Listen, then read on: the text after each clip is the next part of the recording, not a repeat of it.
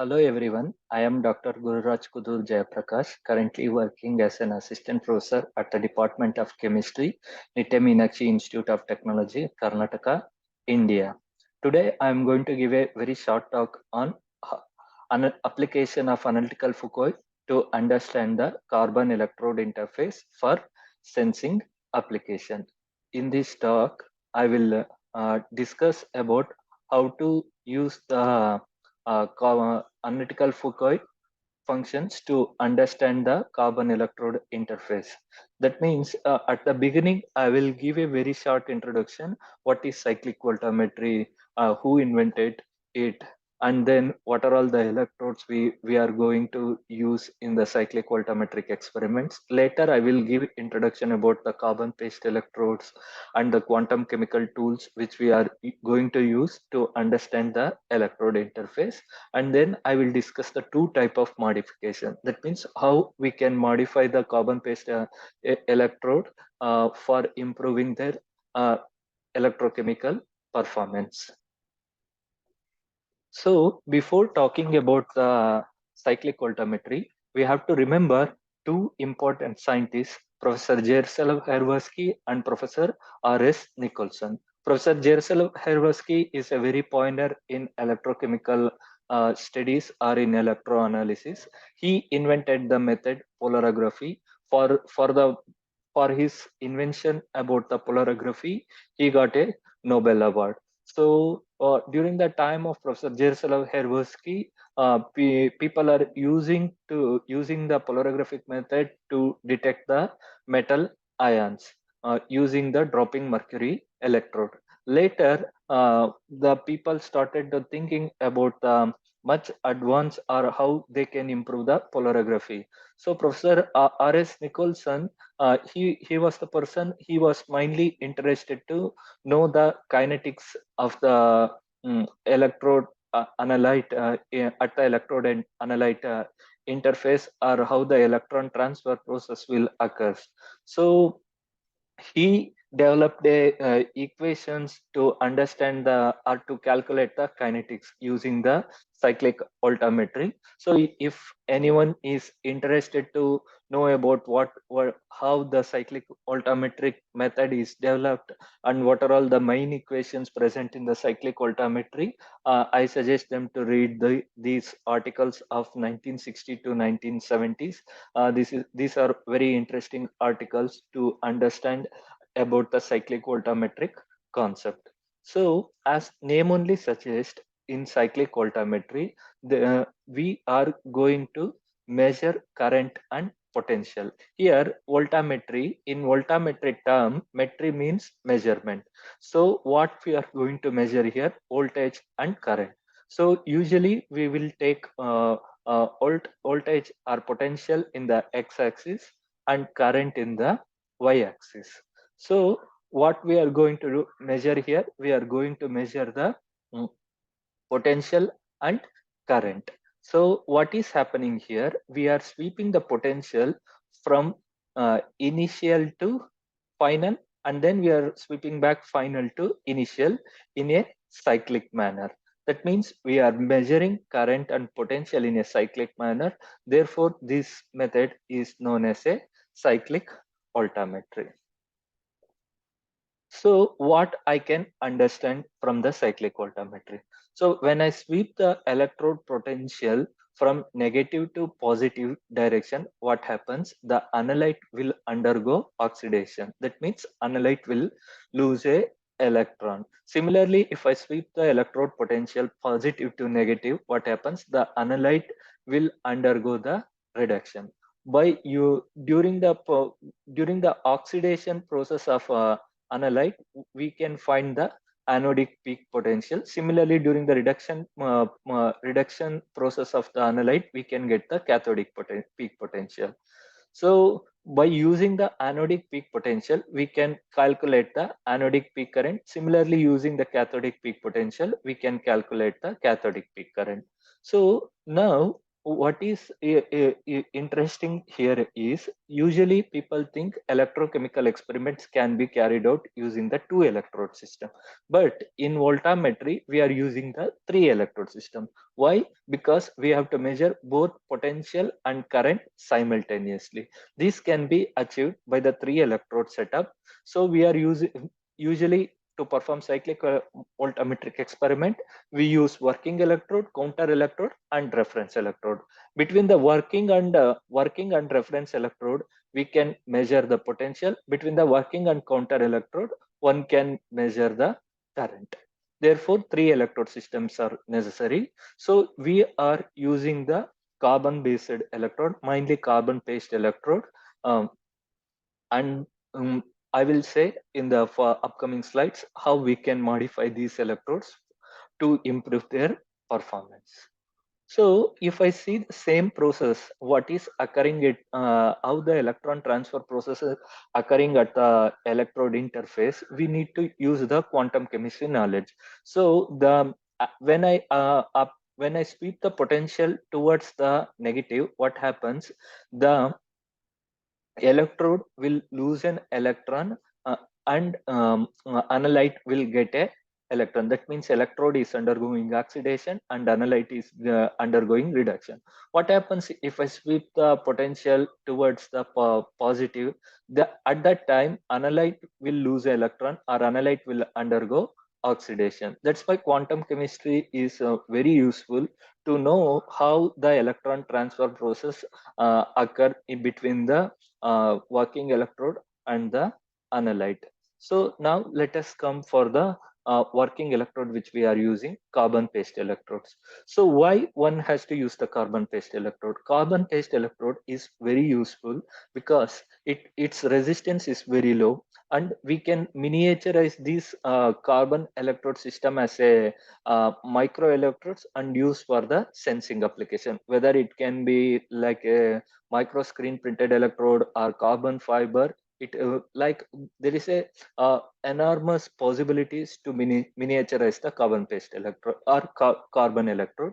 So and it is very easy to renew the surface. That means to repeat the experiment one can easily renew the surface. That's why carbon, that's also another reason to use the carbon paste electrode. And obviously it will give a low background current, so it is very easy to perform the cyclic voltammetric experiment. So why though carbon paste electrode have these many advantage, people are modifying it. Why? Because if we add the catalyst to the carbon paste electrode, it's the electron transfer kinetics will be improved between the analyte and the electrode, because when compared to the other metallic electrodes, the performance of the carbon paste electrode in terms of kinetics is very low. That's why people are using. When the kinetics will improve, sensitivity and stability of the electrode will also improve in presence of the catalyst, and there will be a mediated electron transfer. That means the catalyst will mediate the electron transfer process between the electrode surface and the analyte. So what is the role of quantum chemistry here? The role of quantum chemistry here is how the electron transfer process occur at the electrode interface we can measure. That means we can see the electron transfer process only carbon surface and in presence of the catalyst. And we can also plot, that means what are all the surface active sites present in the electrode surface. So if anyone is interested to know about how to prepare carbon paste electrode, they can read this journal. So how to prepare carbon paste electrode? It is very easy. One has to take carbon powder. That carbon powder may be graphene, graphite, carbon nanotube, or fullerene. Since these particles are not attaching to one to another, we need to bind them. So what we are doing, we are going to add certain binder. The usually the most preferred binder is silicon oil. What we will do, we will take carbon and then grind it using a pestle and mortar with a binder. So once after grinding 20 to 40 minutes, we will paste it into the Teflon tube. So when we paste it on the Teflon tube, the surface will be very uneven. So we will smooth it on the carbon, on the, I mean, smooth it on using the butter paper. So how it will look? If I see the carbon paste electrode, it may look like this. The hexagons of the graphite or graphene and silicon oil spill. These silicon oil spills are the not good conductor of the electricity. So this portion will become inactive. Only remaining portion of the electrode will be active. So what happens if I add a catalyst? That means the same procedure here we are repeating with the catalyst. Here we can see if some catalyst is present, for example, if those catalysts are nanoparticle, they also present along with the binder. So these portions of the catalyst will act like a additional electron transfer sites to improve the electron transfer properties of the carbon paste electrode. Another way of the modification is known as a drop casting modification or surface immobilization modification. Here what we will do, we will place some surfactant solution on the electrode surface for 1 to 2 minutes to activate the surface. Let us see in a molecular view how it will work. Like for example, when I place a surfactant on the electrode surface, what happens? The surfactants will also present on the electrode interface.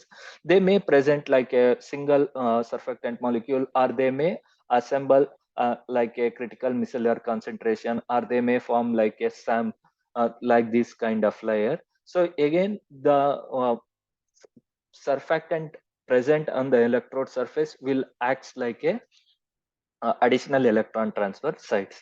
So to perform these experiments, we are using cyclic voltammetry, as I told. But to understand what is occurring at the electrode interface, we are using the quantum chemistry tools. Mainly we are using Synapsys and Daemon 2K software. Both softwares are academically free. One can download both the softwares from these two links.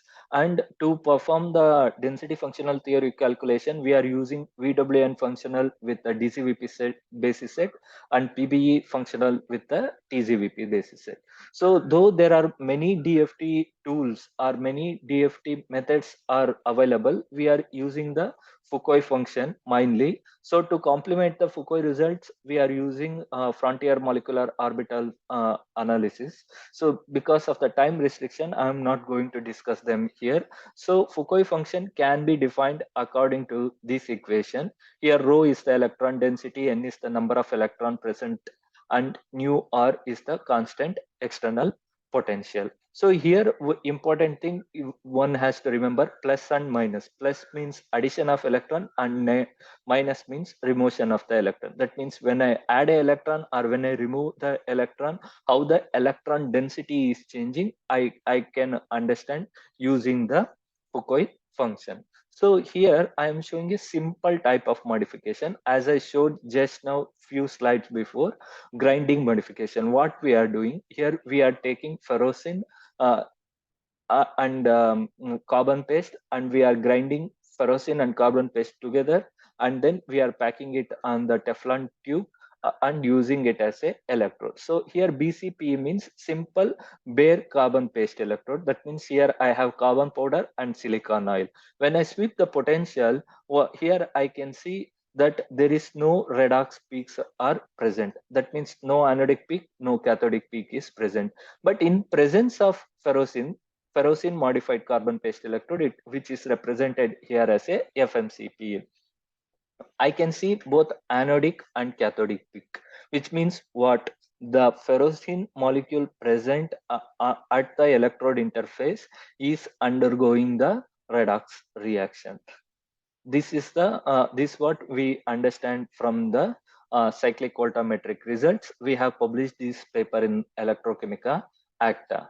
So what is the use of quantum chemistry here? So if I place the ferrocene molecule in a different orientation, first what I did, I placed the ferrocene molecule in a different orientation, and I found the minimum energy FMCPE C. That means ferrocene is more likely to absorb on the electrode surface in this manner.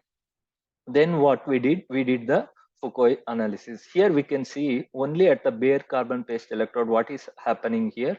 So I can see almost all carbon atoms are equal probable to remove the electron.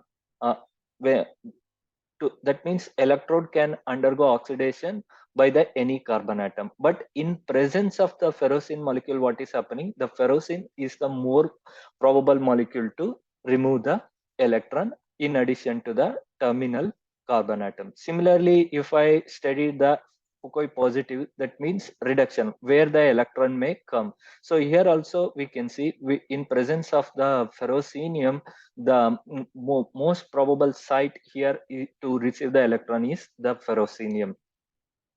So then we made the another type of analysis, like we modify the surface of the carbon paste electrode from the surfactant drop casting method. Here also we use the theoretical methods like quantum chemical calculation to know how the surfactant may interact on the electrode interface.